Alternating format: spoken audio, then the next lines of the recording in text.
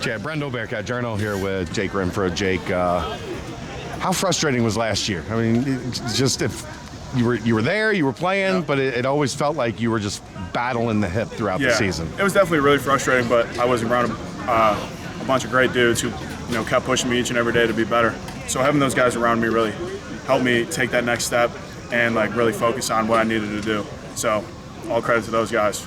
How scary was it? Because it felt like at any given time, it could catch, and it looked like a couple times it was fine, but you were like, oh no. Yeah, it was definitely a little scary, but we got some of the best trainers in the world. They really helped me mentally, and just to let me know that I was going to be okay no matter what. How much did it kill you? No spring ball. You look like you wanted to be out there every day. Yeah, I was just out there coaching, making sure I was there for the guys and being with them every day. But yeah, it sucked not being out there because I'd much rather how much spring ball sucks. I'd much rather be out there playing than out there coaching. So how much did it help to have a fellow crazy person in Josh Wiley with you? It was great. It was great. He's a nut job, but he's awesome. How has camp been so far? How do you feel like the things are coming together? Yeah, over the past few days, our offensive line is really starting to gel together, which is awesome. It's really fun to see. But yeah, camp's going really well so far. Had a little slow start to everything, but that was kind of expected. So now we're really picking it up and getting ready to go for September 3rd. I know Dio got on the guys back at the beginning, but how much does it help having to have your play at the level to stop this D-line? Because even without MyJ, there's a lot of talent there. Oh yeah, this defensive line we have is phenomenal. They're great. You got Jabari Taylor, Juwan Briggs, Damo Perry, Dante Corleone, Malik Van, all these, I can just keep going on. A bunch of strong dudes, and it really forces the offensive line to be great every single day. Can't take a play off or else you're going to get smoked. What is it like every day dealing with Juwan Briggs? Oh, God. Does he sing to you? Sometimes. He is a man. He has 2 kids, he has a family, but Social Security check. Yeah. He is the strongest human being I've ever been around. Actually, probably in the whole state of Ohio. That man is different. He is strong. You're used to manhandling people. How is it adjusting to? Well, sometimes when he gets his hands on you, he has his way with you. Yeah, it really, it forces me to really focus in on my technique and be great with my technique, because that's the only way you're going to beat a guy like that. Corleone has had a great camp so far. Yeah. Is it impossible to move him? Yeah, it's pretty hard. It can be done, but no, he's an amazing kid too. He had such a great offseason, working extra with the coaches and kind of shedding a couple pounds. And he is yet again a man amongst boys. Offensive line, there's been a little movement so far. Tell me about Joe Huber and what he brings to this group. Yeah, Joe Huber, he wears a shirt, I've said this before, from my silence comes violence, and it couldn't fit him better. He is an absolute animal. He is just a silent killer, and he's one of the best guys to be around. So, no, he's going to be great for us this year. How cool to see a kid like that come in as a walk-on and so quickly work his way up the depth chart. Yeah, he's awesome.